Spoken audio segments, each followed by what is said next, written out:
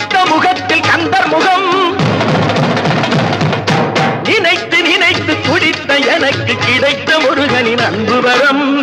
கண்டு கொண்டேன் வந்தது யாரென்று